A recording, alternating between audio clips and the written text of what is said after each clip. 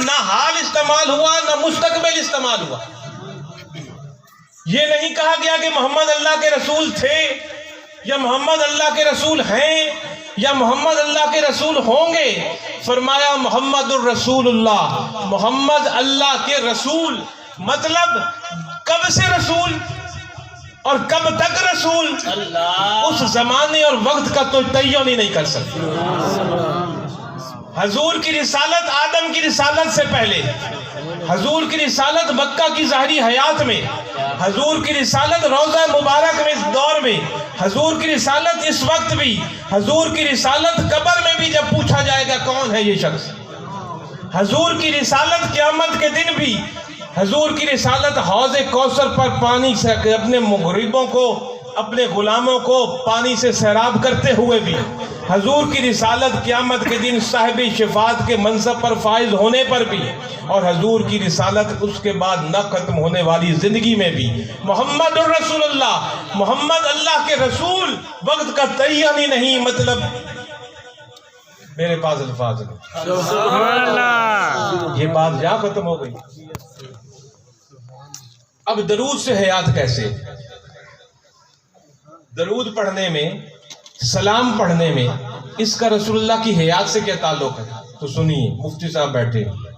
حدیث ہے کہ جب کوئی سلام پڑھے گا حضور کی روح مبارک کو، یہ میں حدیث کا مفہوم پیش کر رہا ہوں، کوئی حدیث بھی یاد رکھیے رسول اللہ کے الفاظ نہیں ہیں، یہ لوگوں کے الفاظ ہیں، راویوں کے الفاظ ہیں.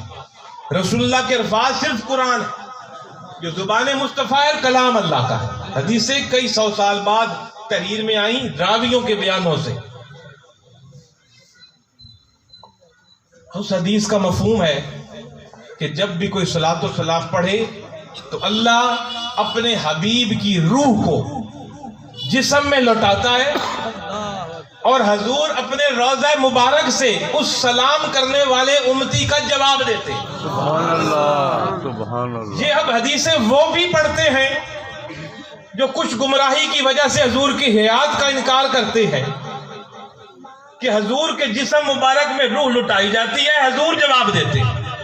اب میں پوچھتا ہوں، حضور پر درود و سلام پڑھنے کا وقت کبھی رکتا ہے؟ کبھی رکتا ہے؟ دنیا میں 1 ارب 50 کروڑ مسلمان ہیں. 1 ارب 50 کروڑ مسلمانوں میں سے کہیں نہ کہیں تو کوئی کسی نہ کسی وقت تو ہر وقت تو ضرور پڑھ ہی رہا ہوگا.